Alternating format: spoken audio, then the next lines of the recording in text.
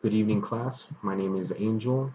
This video is part of a graduate study course presentation on contemporary police problems and a research of findings and solutions and pretty much any information that will aid or that may aid into the effectiveness and efficacy of policing. Um, I want to go over a couple articles and present the findings so that we can talk about how that strongly represents a strong aid into the effectiveness on better policing. The first research and journal article I want to talk about is called Procedural Justice, Police Legitimacy, and Public Cooperation with the Police Among Young Slavic Adults. This is by Michael D. Rizig, Justice Tankapi, and Gorazd Mesko. The purpose of the study is to test the effect of procedural justice judgments on perceived police legitimacy. Um, let's define procedural justice judgments first. That is defined as the idea of fairness in a process that resolves disputes.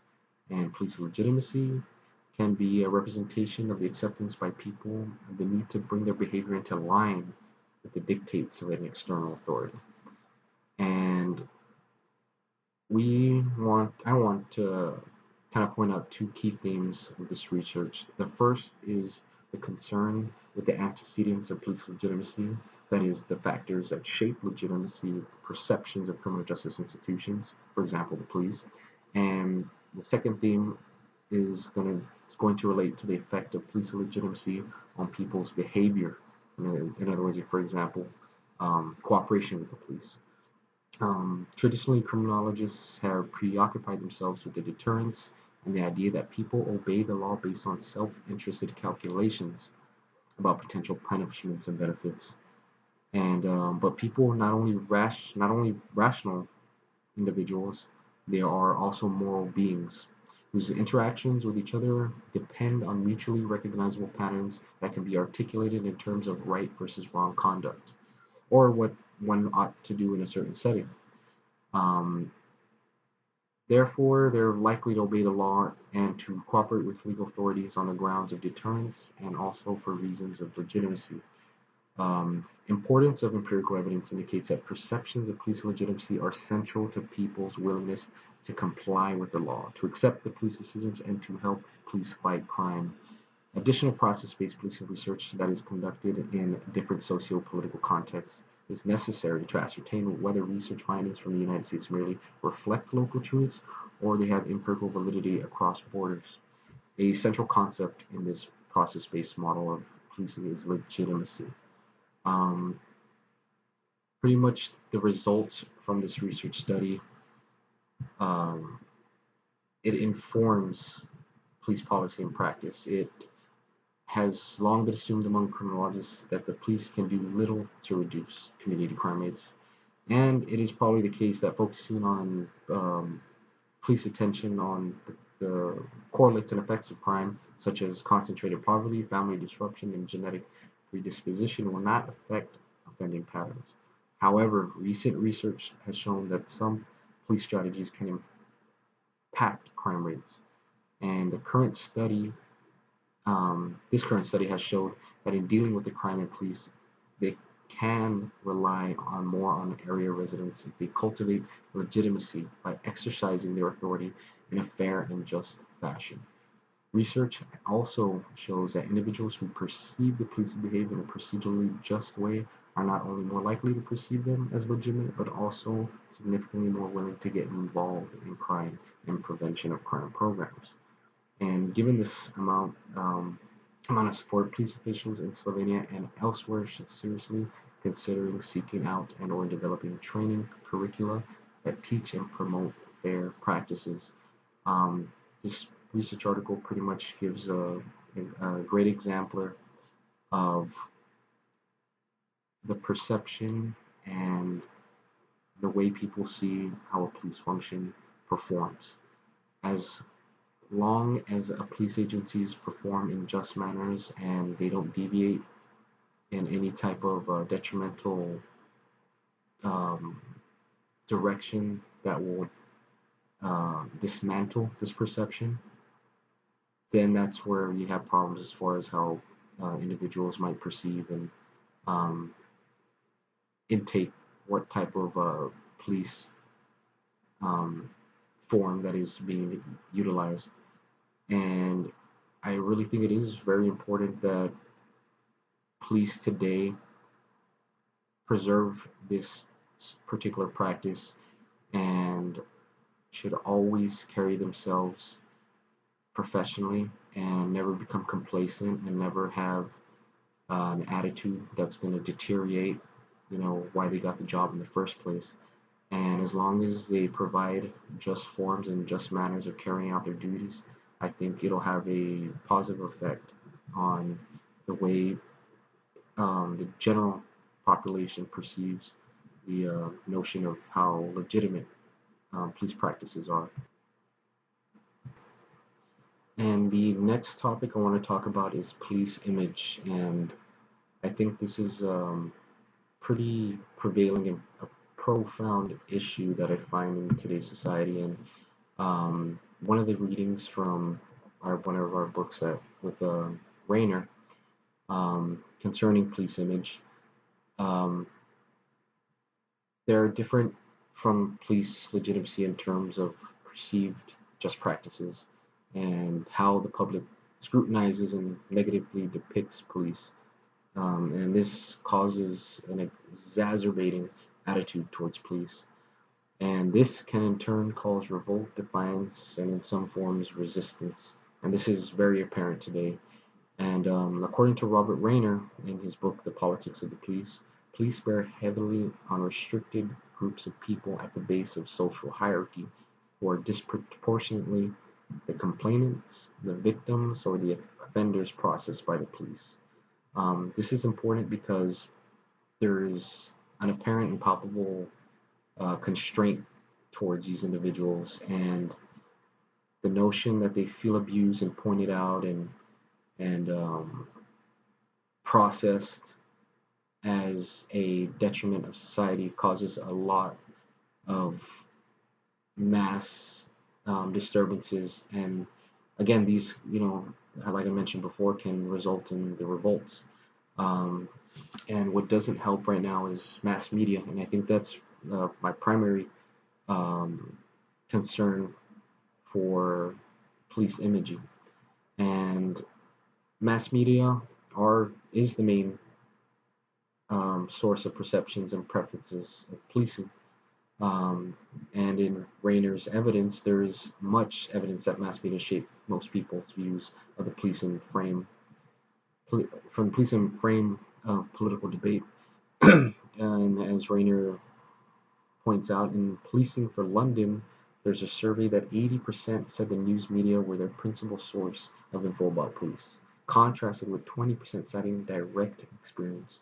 And word of mouth was the second most prominent source of info at 59%, and 39% from newspapers and 23% from TV documentaries, and cited with 20% personal experience of word of mouth. These are pretty high numbers in terms of what percentages or what amount of the populations um, derive their information from, and um, how they come about developing their own perceptions. And these are not valuable perceptions, they're not valuable sources. um, and as Rayner states, media construct the image of policing is vital. He says that the image does not float free of actualities of policing, but is not a mere reflection of them either. And the balance of political and economic forces affect both reality and image of policing. Um, in other words, it's not so much that media represents a completely false notion of what is happening or what facts really are, but it's more so just exacerbating the information and exaggerating information that's being provided for different reasons. And right now we're going to talk about why these are exacerbated and possible reasons for depicting police in certain ways. Um, we do need to understand the structural and organizational dynamics, ideology, and professional imperatives of these types of institutions. And this is the only way to truly and constructively scrutinize media and how to comprehend information. Um, the amount of attention given to crime news is generally greater in popular than in quality media. News reports are predominantly about specific crimes rather than trends, causes, or remedies, according to Rayner. And this is true because they tend to capitalize on the crimes committed themselves and police responses to them versus the actual reasons behind it or wanting to promote any type of effective strategic plans to combat these crimes. It's always just what crime occurred and how police ineffectively responded to that. And it comes to question if this even helps our understanding or if we even benefit from the lack thereof. Rayner also talks about watchdog groups that are vital to holding everybody accountable, including the police, of course. But the role of these watchdogs are taking more of an aggressive stance, if you will. And just like media, it's too narrow, it's too negatively based on how they go on pursuing information and bringing that to light. Um, and I want to also talk about a recent journal article that I had researched and wrote on concerning Colombian police. And the research article is called Colombian Police Under Fire. And this is by Ruiz Vasquez. And he talks about police image and the depictions by the public. And apparently, the general consensus is that they see their police as the greatest forces in the world, despite the apparent abuse and corruption that is existent in their country. Um, but what I find interesting is that despite the evidence of the corruption and malpractice, the media supports with rigor and assiduous efforts the police, and they contain that idea. And this in turn actually created, and according to the article, it created and upheld police legitimacy. And in comparison with the research article I had just mentioned, there's a lot of correlation between perception and information provided and how all of these kind of intertwine. Um, in Colombia, the police do have some political advancement and pull of the media, and I'm not saying that that's really the reason or a way that should be taken upon creating legitimacy, but I'm just trying to show that what kind of power and pull the media really has when it comes to providing information to people. And in Colombia, as it's evident, with push from police officials and politics, media does affect their general population in a positive sense. And that I found interesting just because it's the exact opposite in our economy. But one of the things we need to concentrate on is educating through a more empirical based um, empirical based source or reference, just so we're not educating ourselves in the sense that we are only limited to whatever is convenient to us, being that of the media and popular social type medias that are again readily available to most people. And we need to be able to provide a different process for people to intake information and educate them on those type of sources that they're getting that information from, and come up with sound judgment to really understand what is going on why, and also specifically training on law enforcement officers. And I know there's that subculture of police, and that kind of separates, you know, that common ideology of them versus us. But with a better understanding of what police do and why, and the constant pressures police undergo on a day-to-day reality, I think the general public will have a better consensus as to why things are happening versus it is just happening and that is bad and we are going to attack. Um, Again, the whole, which also leads to another thing, the whole one bad apple framework. Just because one officer does something, or has a poor decision into his practice, then that affects as pretty much the whole perception of all the police. And it's the same thing, and I think it's relative to racism. One person has one bad experience with one person who happens to be a certain type of race, whether it be white, black, or Asian, for example, then they suddenly hate all of that ethnic group. I think it's strongly related to police and the public perception of police. Um, that that idea and concept should definitely be eliminated, and it all has to do with being able to educate the general consensus and of the population to steer their knowledge into more of a empirical based collective framework. And I want to proceed now with education and those correlates with becoming a police officer and um, how that affects the way you work or the person you are in general overall. And I want to ask, or at least bring about the importance of education, particularly with officers in this field. And I think it's very important and pertinent and crucial that police are more educated. Um, I think this brings a lot to an individual in terms of being more diverse, particularly with culture and the way you perceive people.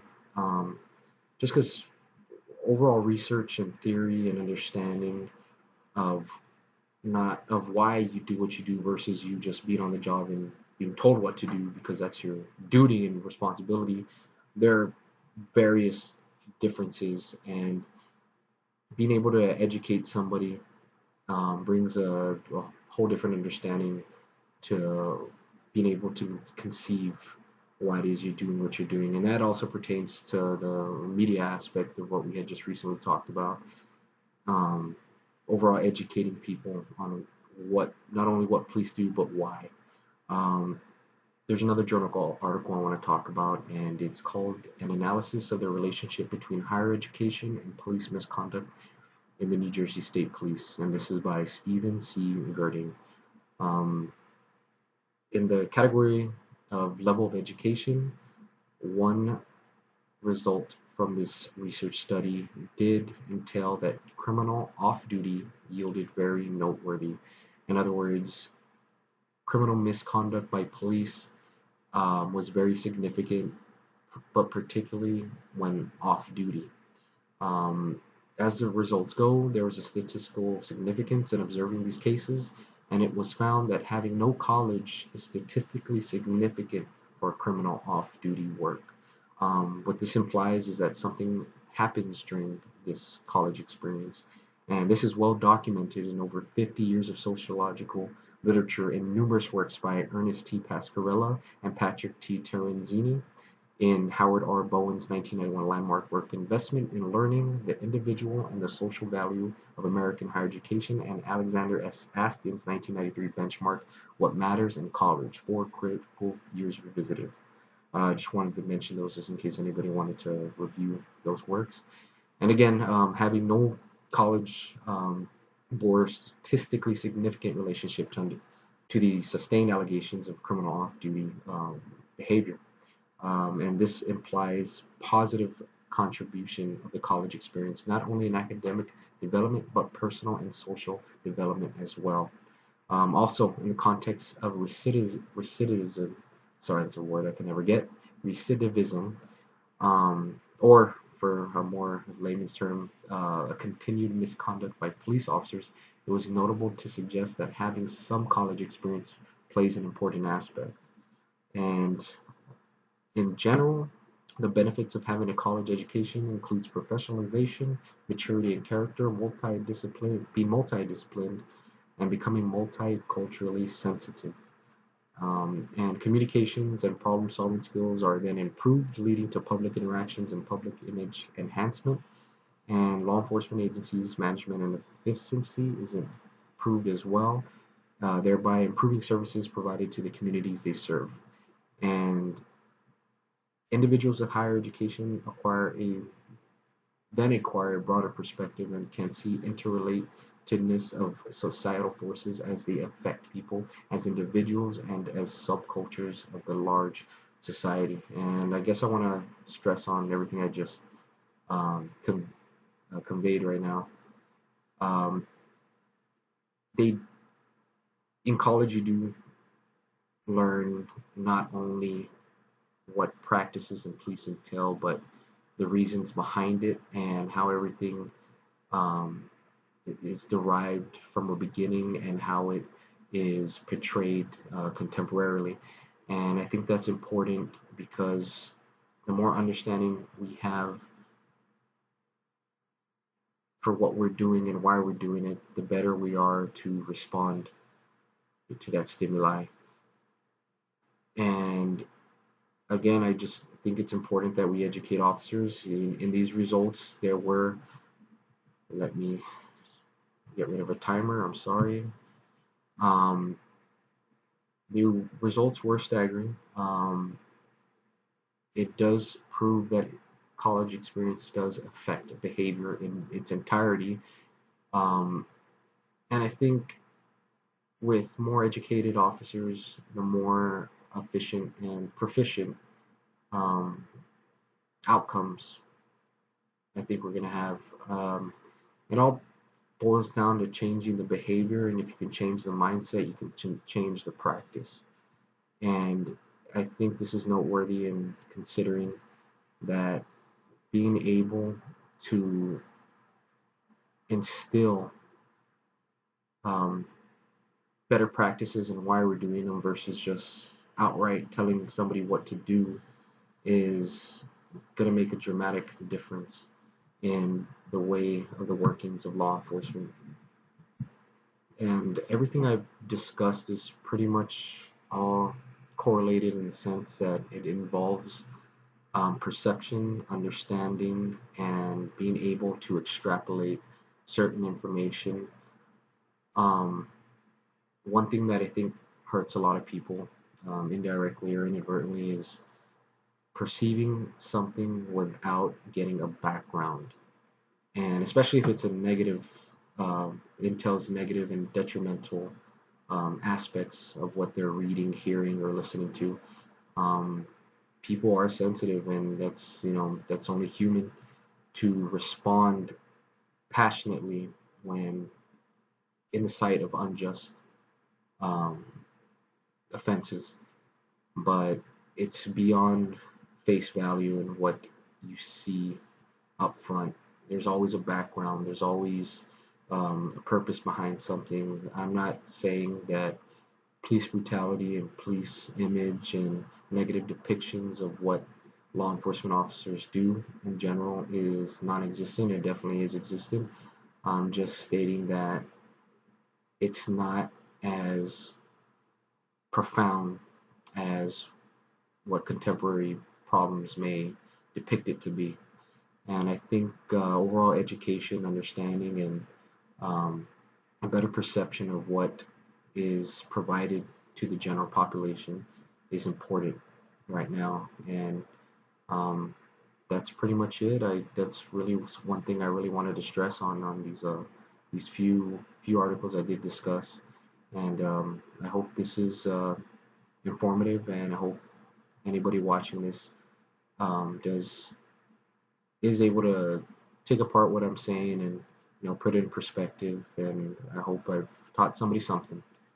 Thank you, and have a good day.